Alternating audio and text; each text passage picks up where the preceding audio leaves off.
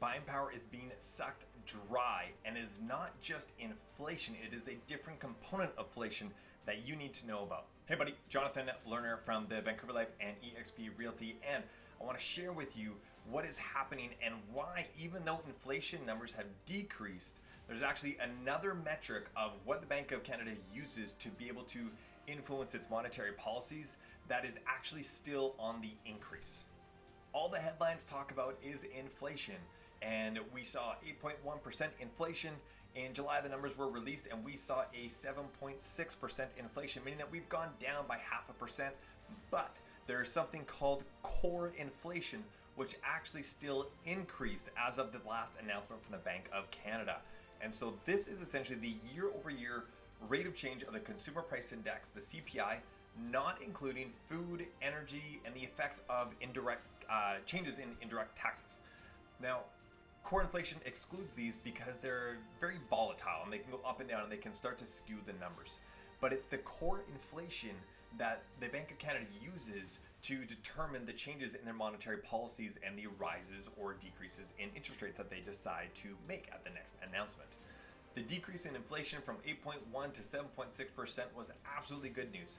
However, the core inflation number still rising is the biggest thing of concern for the Bank of Canada, which is essentially one of the number one reasons that they're still going to raise the overnight interest rate at their next Bank of Canada announcement on September 7th.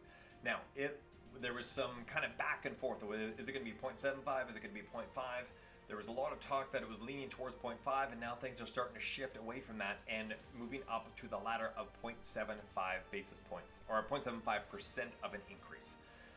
If you think otherwise, I would love to hear your thoughts in the comments down below. I'll finish this video with this. Of all the Canadian dollars that we have in existence right now, 23% of them were printed in the last 18 months during that time.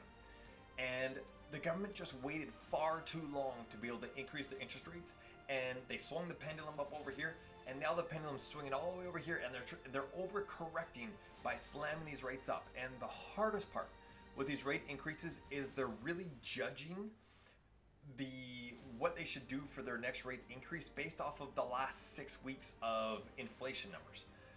But whenever interest rates hike up by even 0.25% or 0.5%, it takes at least 6 months to truly see its effect on the economy, and typically 6 to 12, maybe even a little bit more, to be able to see its true effects. So now we've shot up these interest rates like dramatically, but we don't know what their full effect is going to be on the economy for at least a minimum of 6 months.